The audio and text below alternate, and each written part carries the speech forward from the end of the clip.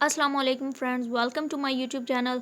तो आज का हमारा जो टॉपिक है वो है ओपेक से related OPEC behaviour and world oil prices. तो अगर आप हमारे चैनल पर न्यू हैं तो हमारे चैनल सब्सक्राइब कर दें और अगर वीडियो पसंद आए तो लाइक ज़रूर करें ताकि आपको नेक्स्ट हमारी वीडियोस इजीली अवेलेबल हों। तो आज हम स्टार्ट करते हैं हमारा टॉपिक जो है ओपेक से related. Basically OPEC stand for organisation of the petroleum exporting countries is an intergovernmental organization of 13 nations founded on 14 September 1960 in Baghdad। यहाँ पर दो चीज़ें हमें मिल रही हैं कि एक ओपेक का वजूद कब हुआ 1960 इन बगदाद 14 सितंबर में ओपेक की बुनियाद रखी गई और इसमें कितने ममालिक शामिल थे 13 नेशन शामिल थी। ओके, यहाँ पे दो MCQs हमें ये मिल रहे हैं। The first 5 members are Iran, Iraq, Kuwait, Saudi Arabia and Venezuela. ये बेसिकली 5 मुल्क ऐसे थे जो ओपेक के मेंबर थे। फर्स्ट 5 मेंबर जो थे वो ये थे। ओके, और बगदाद बेसिकली कैपिटल है इराक का। It has since 1965 being head quarter in Veena. Basically 1965 में इसका हेड क्वार्टर वीना में बना। ठीक है। Australia, although Australia is not a OPEC member state, कि इसकी हेड क्वार्टर पहले वीना में था और फिर ऑस्ट्रेलिया में। इवन दैट के ऑस्ट्रिया ओपेक का मेंबर भी नहीं था उस टाइम, लेकिन फिर भी इसका हेड क्वार्टर वहाँ पे रखा गया।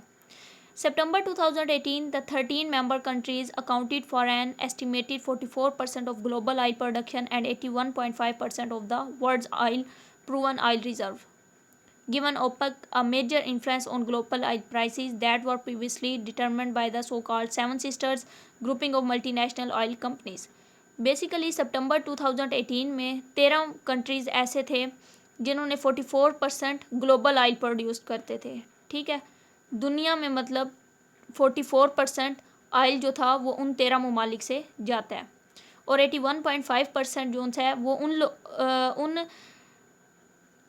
कंट्रीज से जाता है जो ऑयल प्रूवन है। प्रूवन मीन 100% रिजर्व होते हैं जिनके पास। और बेसिकली ओपेक का इन्फ्लुएंस होता है वर्ल्ड ऑयल प्राइसेस पे। ये ऑयल की प्राइसेस को डिटरमिन करता है। उसके बाद 7 सिस्टर्स की यहाँ टर्म यूज़ की गई है। बेसिकली 7 सिस्टर्स से मुराद मल्टीनेशनल ऑयल कंपनीज़ हैं। जितनी भी मल्टीनेशनल ऑयल कंपनीज़ हैं अगर उनको हम 7 सिस्टर्स बोल सकते हैं। ठीक है, ये 7 जो मेन कंपनीज़ हैं उनको हम 7 सिस्टर्स बोल सकते हैं। अब यहाँ पर आपको बताया गया कि 7 सिस्टर्स में कौन कौन सी आ रही है। A large group called OPEC plus, कि ओपेक में जैसे जैसे न्यू मेंबर्स इंक्लूड होते गए, ठीक है, फॉर एग्जांपल न्यू एडिशंस होती गई, जितने कंट्रीज़ ऐड होते गए, तो इस वजह से हम इसको ओपेक प्लस बोलते हैं, न्यू एडिशन की वजह से। Was found in later 2016 to have more control on global crude oil market. वही बात है कि न्यू एडिशन हुई जिससे ग्लोबल क्रूड ऑयल मार्केट पर ज़्यादा ओपेक का कंट्रोल हो गया। The demand for OPEC oil has fallen to a 30 years low in second quarter of 2020। 2020 में आपको पता है कोरोना पेंडेमिक की वजह से बहुत ज़्यादा ऑयल का क्या पूरी दुनिया में बहुत लॉस हुआ है। ठीक है, इंडस्ट्रीज़ का, उसके बाद इकॉनमी बहुत ज़्यादा फॉल कर गई थी। तो डिमांड जो ऑयल की थी वो भी 30 years low in second quarter of 2020। ठीक है, कि 30 साल रिकॉर्ड जो है वो इस 2020 में टूट गया था ओपेक की ऑयल फॉल होने का, क्योंकि जब इंडस्ट्रीज़ में काम नहीं होगा तो फिर ऑयल की भी ज़रूरत नहीं होगी। ठीक है। The stated mission of the organisation is to coordinate and unify the petroleum policies of its member countries. Basically OPEC का पर्पज़ ये है कि यूनिफाई पेट्रोलियम पॉलिसी, कि पेट्रोलियम की पॉलिसीज़ ऐसी बनाई जाए, कोऑर्डिनेट किया जाए अदर कंट्रीज़ के साथ। Ensure the stabilisation of oil market in order to secure an efficient economic and regular supply of petroleum to consumer, a steady income to producer and a fair return on capital for those investing in the petroleum industry। वही बात है कि consumer को satisfy किया जाए, उसे oil की supply दी जाए। ठीक है, उसके बाद जो पेट्रोलियम इंडस्ट्रीज़ इन्वेस्ट करती हैं उनको एक प्रॉपर इनकम वाला प्रोसीजर उनका स्टार्ट हो। मतलब ओपेक का पर्पज़ ये है कि इंडस्ट्रीज़ को ऑयल देना, कंज्यूमर तक ऑयल पहुँचाना, क्योंकि ओपेक मेन ऑर्गेनाइजेशन ही ऑयल से रिलेटेड है। Organisation is also a significant provider of information about the international oil market, कि ये एक ऐसी ऑर्गेनाइजेशन है जो इंफॉर्मेशन प्रोवाइड करती है इंटरनेशनल ऑयल मार्केट से related. There are 3 periods in the history of OPEC. कि ओपेक की हिस्ट्री में 3 जो पीरियड थे वो बहुत इंपॉर्टेंस रखते हैं। फर्स्ट जो सा डिकेड है, डिकेड आपको पता है 10 ईयर्स को हम कहते हैं, ठीक है, 1960 टू 1970 तक, ठीक है। ये एक अहम दौर था ओपेक के लिए, ठीक है, ओपेक की हिस्ट्री में। उसके बाद following 3 years like February 1970 to the end of 1973, अब इन ईयर्स में भी यकीनन कुछ ऐसा हुआ होगा जो ओपेक की हिस्ट्री में ज़्यादा इम्पोर्टेंट है, ये ईयर्स भी, एंड 1974 टू प्रेजेंट, और 74 से अब तक ओपेक की हिस्ट्री मतलब नोट की जाती है और इम्पोर्टेंट समझी जाती है। For the first decade of its existence OPEC had little impact on the price of oil, कि जब पहला डिकेड था 1960 टू 70 में, ओपेक का लेस इम्पैक्ट था प्राइस पे। अब ये ड्यू टू वॉर भी हो सकता है, ड्यू टू सम रीजंस, ठीक है, ओपेक का लेस था, या इन्होंने अपने मतलब कंट्रीज़ को अट्रैक्ट करने के लिए, ताकि कंट्रीज़ इनके साथ कंट्रीब्यूशन करिए, उसके लिए भी इन्होंने प्राइस लेस कर दी होंगी, या किसी वॉर की वजह से लेस कर दी होंगी। जैसे इसराइल वाला था कि इसराइल ने कब्ज़ा कर लिया था, मतलब सऊदी अरेबिया और इसराइल में जब वॉर हुई थी, तो उसकी वजह से भी प्राइस डाउन हो गई थी। By the early 1970s increase in demand and the decline of US oil production give it more power, ठीक है, कि वो कहते हैं कि 1970 में जब डिमांड इंक्रीज़ हो गई ऑयल की, ठीक है, और यूएस में ऑयल की प्रोडक्शन कम हो गई, तो फिर ओपेक को एक पावर मिली कि वो क्या करे, अपनी प्राइसेस को इंक्रीज़ कर सके। क्यों? क्योंकि डिमांड इंक्रीज़ हो गई थी, यूएस में प्रोडक्शन कम हो गई थी, तो फिर वो अपनी प्राइस इंक्रीज़ करके ज़्यादा प्रोडक्शन दे के रेवेन्यू ले सकता था। ओके, अब हमारे पास स्टार्ट हो रहा है फर्स्ट फेज़। ओपेक का फर्स्ट फेज़ बेसिकली 1960 से 73 तक था, ठीक है, 73 तक, okay. During the 1964 major changes occurred in the international oil industry, ठीक है। अब यहाँ पर आप एक बात नोट करें कि 1960 में ओपेक में कम मेंबर थे, ठीक है, और हाई प्राइस चार्ज हुई थी 1960 में एज अ कार्टेल, ठीक है, कि जितने भी ममालिक जो शामिल नहीं थे उन्होंने ज़्यादा प्राइस चार्ज की थी, लेकिन जो ओपेक मेन ओपेक के मेंबर थे उन्होंने प्राइस कम चार्ज की थी, okay. Anyway, during the 1964 major changes occurred in the international oil industry, के 1960s में 4 मेजर चेंजिंग हुई थी। फर्स्ट क्या थी? Coming new into production of new areas, के ऑयल के जो रिसोर्सेज थे, ऑयल के जो रिजर्व थे, वो ऐसे कंट्रीज़ में भी मिले जहाँ पर जो ओपेक का हिस्सा नहीं थे, ठीक है, ये एक चेंज था, जैसे Algeria, Libya, Nigeria and the United Arab अमीरात। सेकंड क्या था कि न्यू कंपनीज, ज़ाहिर बात है जिन कंट्रीज़ में ऑयल रिजर्व्स मिले हैं वहाँ से हर कंट्री जो सा था वो ओपेक का मेंबर बन गया, इसी तरह न्यू कंपनीज ऐड हो गई ओपेक में। थर्ड में वो कहता है weakening of traditional control over supply, कि ट्रेडिशनल कंपेटिटर्स का जो कंट्रोल था सप्लाई पे वो लेस हो गया। क्यों? क्योंकि न्यू कंपनीज ऐड हो गई ओपेक में, तो इससे क्या हुआ कि इससे ट्रेडिशनल कंट्रोल जो था वो कम हो गया, ठीक है, जो ट्रेडिशनल कंट्रोल सप्लाई पे करते थे वो ओपेक का मेंबर बन गए। फोर्थ क्या करता है? Increase influence of the host governments, it can easily be seen that there are all interrelated, कि जो कंट्रीज़ मेंबर थे उनका ऑयल पर ज़्यादा इन्फ्लुएंस हो गया जो ओपेक के कंट्रीज़ थे, बजाय इसके कि जो ओपेक से अलग थे। Between 1960 and 1970, the combined production of the 5 founder members of OPEC, Iran, Iraq, ये वही 5 मेंबर्स बता रहे हैं कि 1960 to 70 में इनकी प्रोडक्शन कितनी इंक्रीज़ हुई थी, 7.9 to 15.9 million barrel a day, ठीक है, इतनी इंक्रीज़ हुई थी, लेकिन fell from 91% to 68% of OPEC output, लेकिन ओपेक के आउटपुट में कमी हुई थी। अब ये नो आइडिया कि किस वजह से कमी हो सकती है, वॉर की वजह से भी हो सकती है, एंड न्यू कंपनीज़ को अट्रैक्ट करने के लिए भी शायद हो सकता है, okay. The new companies cut price to sell their oil for many lack adequate integrated outlets and having no stake in the older areas, okay. ये नेक्स्ट चलते हैं, okay. Thus the effective control of the major international companies over the flow file continue to weaken, ठीक है, दे to were force, ये वही चीज़ें repeat हो रही हैं इसलिए इनको इतना अंडरस्टैंड आपको पहले से ही है, इसको जस्ट रीड आउट कर लें।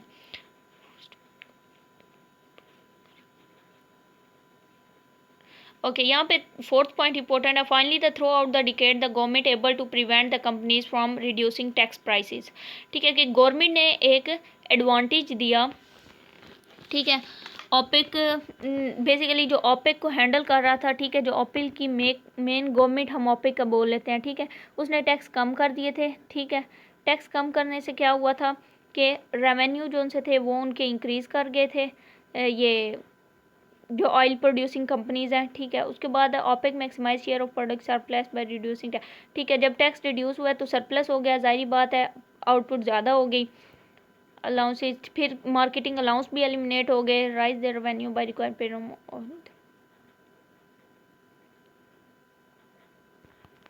ओके, ये वही है।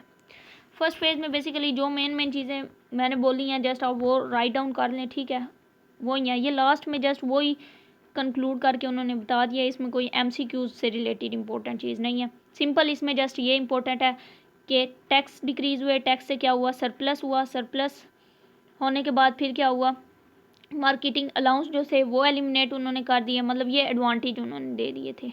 ठीक है, जस्ट यही चीज़ इसमें बताई गई है। और उसके अलावा यस, बस यही चीज़ है इसमें, और इसमें कोई ख़ास बात नहीं है। उसके बाद फेज़ 2 आ जाता है अब हमारे पास। ये आप पॉइंट्स साथ साथ नोट करेंगे तब आपको समझ आएगी। Okay okay, OPEC announce a decision to cut oil export to United State. अब यहाँ पर देखें कि ओपेक ने डिसाइड कर दिया कि वो ऑयल एक्सपोर्ट नहीं करेगा यूनाइटेड स्टेट को ऑयल नहीं देगा, एंड द अदर नेशंस, और कुछ और भी ऐसे कंट्रीज थे जिनको एक्सपोर्ट जो ऑयल की थी वो कट कर दी थी। That provide military aid to Israel in the Yom Kippur war of October 1973। अब वो वजह बता रहा है कि हम क्यों नहीं ऑयल देंगे, क्योंकि इन्होंने मिलिट्री एड दी थी इसराइल को योम किपोर वार में जो हुई थी 1973 में। ये रीज़न सामने रखते हुए ओपेक ने ऑयल एक्सपोर्ट यूनाइटेड स्टेट को करना बंद कर दिया था, कट कर दिया था। According to OPEC, export were to be reduced by 5% every month. OPEC ने कहा था कि हम हर महीने 5% एक्सपोर्ट डिक्रीज करते जाएंगे until Israel evacuate the territories occupied in the Arab Israel war. ठीक है, कि ये वॉर जब तक चलती रहेगी, और इस वॉर की वजह से ही उन्होंने ये मेन रीज़न दिया था कि जिसकी वजह से हम एक्सपोर्ट कट कर रहे हैं। By October 17 the tide had turned decisively against Egypt and Syria. OPEC decide to use oil price increase as a political weapon. ठीक है, अब ओपेक ने क्या किया, ओपेक ने डिसाइड किया कि हम प्राइस क्या करते हैं, प्राइस को एज अ वेपन यूज़ करते हैं अगेंस्ट इसराइल और इट्स अलाइज। कि हम इसराइल को कहते हैं कि ठीक है हम ऑयल आपको देते हैं, लेकिन प्राइस हम बहुत ज़्यादा रख लेते हैं। ठीक है, प्राइस को एज अ वेपन यूज़ करते हैं। अलाइज का मतलब जो इसराइल का साथ दे रहे थे। The price of oil increase by 70%। Oil की प्राइस को कितना इंक्रीज़ कर दिया, 70% इंक्रीज़ कर दिया। At OPEC Tehran conference in December, oil price were raised another 130%। Tehran में एक कॉन्फ्रेंस हुई, ठीक है, और वहाँ पे ओपेक की प्राइस ऑयल की प्राइस मज़ीद इंक्रीज़ कर गई 130%। In December, a full oil embargo was imposed against the United States and several other countries, promoting a serious energy crisis in the United States and other nations of the Europe depend on foreign oil। के फिर क्या हुआ, फिर दिसंबर में oil, मतलब आप ये कह सकते हैं कि 100% ऑयल की प्राइसेस इंक्रीज़ हो चुकी थी, जिससे क्या हुआ कि यूनाइटेड स्टेट और जो अदर नेशंस है, यूरोपियन नेशन जो फ़ॉरेन ऑयल पे डिपेंड कर रही थी, उन्हें बहुत ज़्यादा इनर्जी क्राइसिस फेस करना पड़ा। ठीक है, अब सेकंड फेज़ में आप देख रहे हैं कि प्राइसेस बहुत ज़्यादा हाई हो चुकी हैं, लेकिन फर्स्ट फेज़ में आपने देखा कि ओपेक प्राइस ज़्यादा चार्ज नहीं कर रहा था, लेकिन सेकंड फेज़ में उन्होंने प्राइस को एज अ वेपन यूज़ किया और प्राइसेस बहुत ज़्यादा इंक्रीज़ कर गई। Prices increased to about 12% per barrel end of the 1974, causing the first oil price shock। ठीक है, पर बैरल के साथ उन्होंने कितना इंक्रीज़, $12 इंक्रीज़ कर दिया था 1974 में, जिससे फर्स्ट ऑयल प्राइस शॉक आया था। OPEC continue to rise price through the rest of the decade. ठीक है, 10-fold 1973 to 1980। अब वो कहता है कि ओपेक ने कंटिन्यू प्राइस जो सी थी वो इंक्रीज़ ही रखी 1973 से 1980 तक। उसके बाद वो कहता है कि impact of first oil shock, कि फ़र्स्ट ऑयल शॉक का इम्पैक्ट क्या हुआ था। बेसिकली इसका इम्पैक्ट ये हुआ है कि एक तो mark the end of cheap oil and energy issue start to gain importance in the international arena. ठीक है, पहला ये हुआ कि इसने एनर्जी की इम्पोर्टेंस को शो किया, ठीक है, फर्स्ट ऑयल शॉक से कंट्रीज़ ने सोचा कि एनर्जी की इम्पोर्टेंस वाकई ही है, ठीक है, बहुत इंपॉर्टेंट है एनर्जी, और चीप ऑयल भी जो है वो हमें ज़ाया नहीं करना चाहिए, बल्कि ऑयल को सही वे में यूज़ करना चाहिए। सेकंड क्या, importers start to look for alternative option and the use of domestic fuel against currency. Second ये इम्पैक्ट हुआ कि जो कंट्रीज़ थे उन्होंने अपने एरियाज़ में ही ऑयल के रिसोर्सेज ढूंढना शुरू कर दिए और अल्टरनेटिव सोचना शुरू कर दिए कि हम ऑयल की जगह कुछ और यूज़ कर लें। थर्ड में क्या हुआ कि Norway, United kingdom and Mexico reduce there overall energy consumption. In 3 countries ने क्या किया कि इन्होंने अपनी एनर्जी की कंजप्शन को कम कर दिया, found other source for oil, ठीक है, और इन्होंने दूसरे सोर्स ढूंढे बजाय ऑयल के बजाय, like coal, natural gas, nuclear power, ठीक है। उसके बाद fourth one is coal is many cases was favoured. कोयल को बहुत ज़्यादा फोकस दिया गया उस पर। Energy efficiency demand management options were consider for the first time. Energy efficiency थी और जो डिमांड मैनेजमेंट ऑप्शंस थे उन पे फोकस किया गया। Renewables energies also receive some attention, ठीक है। जो रीन्यूएबल एनर्जी जो आपको फर्स्ट स्लाइड्स में आपने पढ़ा होगा रीन्यूएबल एनर्जीज़ का, वहाँ पर आप देख लेना कि वो क्या चीज़ होती है, ठीक है, उसकी अटेंशन दी गई। बेसिकली ये वो चीज़ें हैं जो first price shock, oil price shock की वजह से जो इम्पैक्ट हुए थे, ये सारे वो हैं। उम्मीद है आपको समझ आ गई होगी। ओके, उसके बाद नेक्स्ट हमारे पास आ जाता है थर्ड फेज़। थर्ड फेज़ कब से कब तक था? 1975 से 1981 तक। OPEC aimed at demand stabilization and moderate price increase. अब स्टेबलाइजेशन का मतलब यह है कि प्राइस इंक्रीज़ कर देना, ठीक है। अब वही बात बता रहा है कि ओपेक ने प्राइस इंक्रीज़ कर दी, ठीक है। Between 1979 and 1981 historical events influenced OPEC policy significantly. फिर इस टाइम के दौरान क्या हुआ? हिस्टोरिकल इवेंट्स हुए। The Iranian revolution and subsequent Iran Iraq war dominated the international scene. फिर ईरान इराक वार हो गई, ठीक है, इरानियन रिवॉल्यूशन आ गया। Oil production stopped in these countries leading to a second wave of price rise. फिर क्या हुआ? ईरान इराक की वॉर की वजह से ऑयल प्रोडक्शन फिर से रुक गई, ठीक है। ऑयल की प्राइसेस जो सी थी वो राइज हो गई। अब प्राइसेस कितनी हो गई? $24 से हो गई, ठीक है। उसके बाद फिर $32 इंक्रीज़ हुई, फिर $34 इंक्रीज़ हुई। साथ में सन बता दें, 1979 में $24, उसके बाद 80 में $32 और 1981 में $34। अब आप देख रहे हैं मुसलसल प्राइसेस इंक्रीज़ हो रही हैं। ओके, मतलब थर्ड फेज़ में भी जस्ट इतना बताया उन्होंने कि प्राइसेस इंक्रीज़ हो रही हैं जस्ट ईरान इराक वॉर की वजह से। अब फोर्थ फेज़ हमारा 1981 से 86 तक जाता है, ठीक है।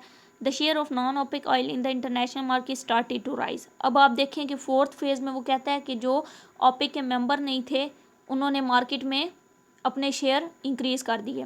OPEC opt for price stability and decide to fix 34 per barrel price. अब ओपेक ने वही $34 पर बैरल प्राइस फिक्स कर दी, ठीक है। Production quota was introduce for the first time in March 1982। अब ये एमसीक्यूज इंपॉर्टेंट है कि production quota first time introduce करवाया गया 1982 में। The global economy was under a severe recession. अब यहाँ पर आप देख लें कि जो ओपेक के मेंबर नहीं थे उन्होंने प्रोडक्शन इंक्रीज़ कर दी थी, मार्केट शेयर इंक्रीज़ कर दिए। ओपेक ने प्राइस इधर से इंक्रीज़ कर दी तो मार्केट में रिसेशन आ गया। इन एडिशन अब रिसेशन 4 फेज़ में आया, ठीक है।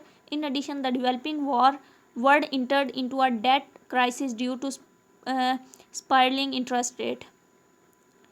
अब जो डेवलपिंग मतलब कंट्रीज़ थे उन्होंने डेट क्राइसिस की वजह से वो भी इंटरेस्ट रेट में कुछ एडिशन चाहते थे। OPEC was struggling to manage its revenue but decide to defend a price 29 barrel in 1983। अब ओपेक ने क्या किया? ओपेक ने अपना रेवेन्यू मैनेज करने के लिए क्या किया कि ऑयल की बैरल जो से थे उसके पहले $34 था, अब क्या कर दिया? $29 पे पर बैरल आ गया। The market share of OPEC members declined rapidly and reached close to 20% from a high of above 50% in 1973. अब मार्केट शेयर की वही बात कर रहे हैं कि 20% से वो हाई कर गया 50% पे। Non OPEC producer filled the market, ज़ाहिर बात है उन्होंने शेयर इंक्रीज़ कर दिए थे, अब उन्होंने सारी मार्केट को कैप्चर कर लिया। OPEC member decide to regain market share and a price war begin, ठीक है।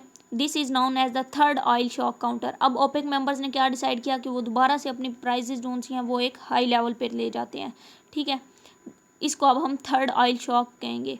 Saudi Arabia decide not to support any production cut any further, ठीक है। सऊदी अरेबिया ने कहा कि हम अब सपोर्ट नहीं कर रहे प्रोडक्शन कट करने के लिए, मतलब हम प्राइस बहुत ज़्यादा कर दें, क्योंकि ओपेक ने अगर प्राइस ज़्यादा करनी थी तो जाहिर बात है उसने कुछ प्रोडक्शन कम भी करनी थी। जब वो प्रोडक्शन कम करेगा तब ही ज़्यादा प्राइस पे जो दूसरे कंट्रीज़ हैं वो ऑयल परचेज़ करेंगे।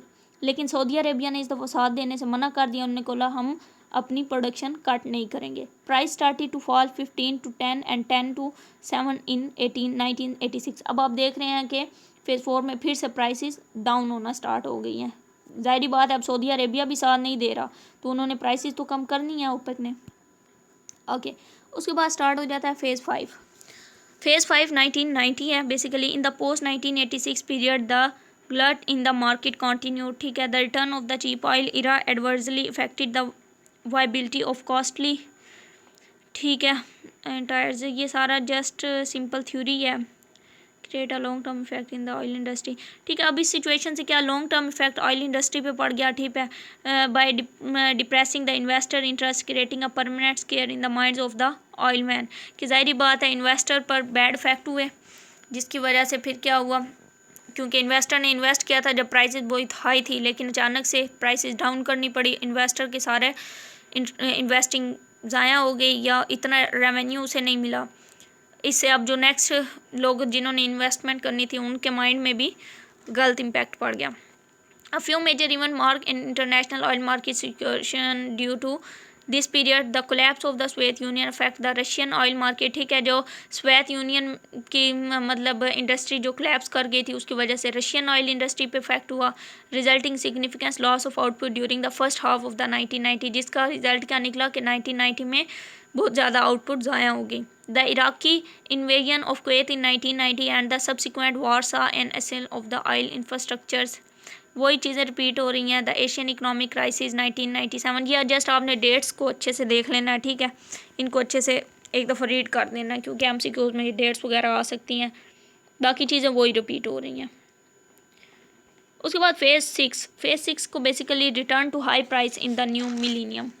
मिलीनियम का मतलब बेसिकली क्या है, न्यू इरा, ठीक है। अब हाई प्राइसेस का रिटर्न आप देखेंगे इसमें।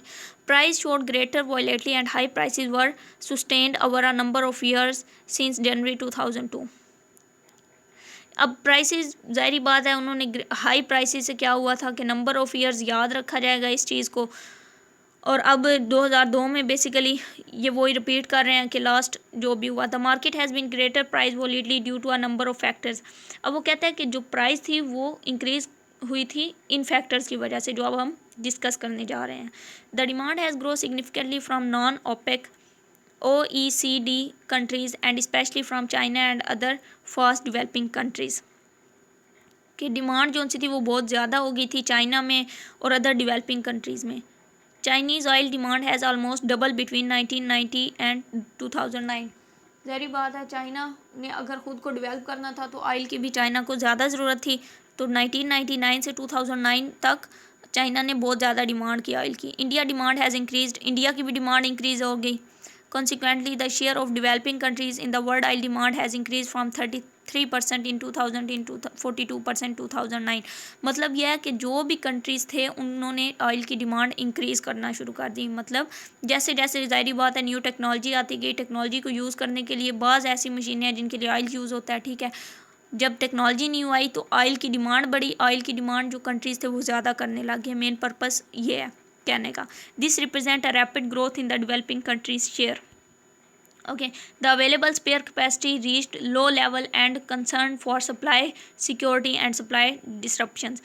इससे क्या हुआ कि डिमांड इंक्रीज़ होगी लेकिन सप्लाई जो थी वो हमारे पास एक महदूद थी, मतलब उस पर बुरा इफेक्ट हो गया due to nature climatic tropical storms and ज़ाहिर बात है कि बहुत से ऐसे ट्रॉपिकल स्टॉर्म्स वगैरह कर लें या नेचुरली जो भी क्लाइमेट्स आते हैं उनकी वजह से इफ़ेक्ट हुआ बाय वर्कर्स पॉलिटिकल।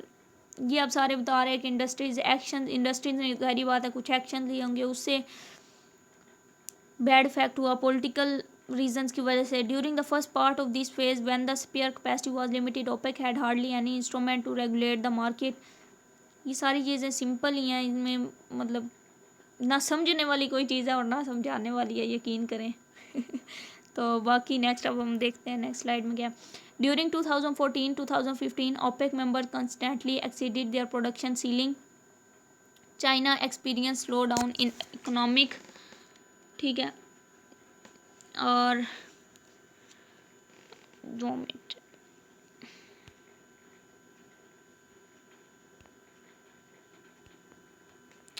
ओके, आप देखें कि ओपेक में प्राइस फेज 6, ओके, फेज 6 में बेसिकली अगर आपको एक समरी दी जाए तो वो ये है कि न्यू इरा, मिलीनियम का मतलब है न्यू इरा, ठीक है। प्राइसेस हाई हो गई थी, डिमांड हाई हो गई थी, ठीक है, जिससे प्राइस भी ज़्यादा हो गई थी बिकॉज ऑफ डेवलपमेंट। ज़ाहिर बात है डेवलपमेंट ज़्यादा होगी तो प्राइस और डिमांड दोनों इंक्रीज़ होगी, ठीक है। OECD यहाँ पर एक यूज़ की गई थी टर्म, वो basically organisation of economic development, ठीक है। उसके पास जो कैपेसिटी थी वो स्पेयर थी, स्पेयर कैपेसिटी की वजह से वो ज़्यादा दे नहीं सकता था। अब मेन जो मकसद है फेज 6 का वो जस्ट ये कहना चाह रहे हैं कि जो डिमांड थी वो इंक्रीज़ हो गई थी और प्राइस भी इंक्रीज़ हो गई थी, जिसकी वजह से डिमांड और प्राइस को मैनेज करना मुश्किल हो गया था। यहाँ पर OPEC official present an ultimatum to Russia to cut production by 1.5% of the world supply, ठीक है। यहाँ पे अब सऊदी रशियन प्राइस वॉर 2020 में कोई चल रही है। अगर आप पॉलिटिक्स देखें, ठीक है, तो आप वहाँ पर गूगल करें सऊदी रशियन प्राइस वॉर, तो वो आपके, क्योंकि सऊदी अरबिया में ज़्यादा ज़खायर हैं ऑयल के, तो इसलिए वो कह रहा है कि उन्होंने प्रोडक्शन कम कर दी। And other factor was weakening global demand resulting from the कोविड-19 पेंडेमिक। अदर फैक्टर जो था वो कोविड-19 की वजह से भी ऑयल की डिमांड कम होगी। American shale oil production increase, ठीक है। अब इसमें आप देख रहे हैं कि जब हमने स्टार्ट किया था तो हाई डिमांड थी हमारे पास, और एट द एंड क्या हुआ है कि डिमांड लो हो गई है। क्यों लो हो गई है? जैसे कि आप देख रहे हैं कि कोविड-19 की वजह से इंडस्ट्रीज़ बहुत ज़्यादा अफेक्ट हुई है, इकॉनमी अफेक्ट हुई है, तो डिमांड कम हो गई है, ठीक है। उसके बाद सरप्लस में बेसिकली अगर सरप्लस की टर्म कहीं भी आ जाए तो वहाँ पे आपने देखना है कि सरप्लस में हमेशा प्राइस डिक्रीज़ होती है। तो उम्मीद है आपको आज का लेक्चर समझ आया होगा। था थोड़ा सा डिफ़िकल्ट, बट अगर आप समझ से करेंगे तो उम्मीद है आपको समझ आ जाएगा। और अगर कहीं भी कोई प्रॉब्लम हो तो कमेंट में आप हमें बता सकते हैं। उसके अलावा अच्छे से करें, stay home, stay safe. Thank you so much for watching and अल्लाह हाफिज़।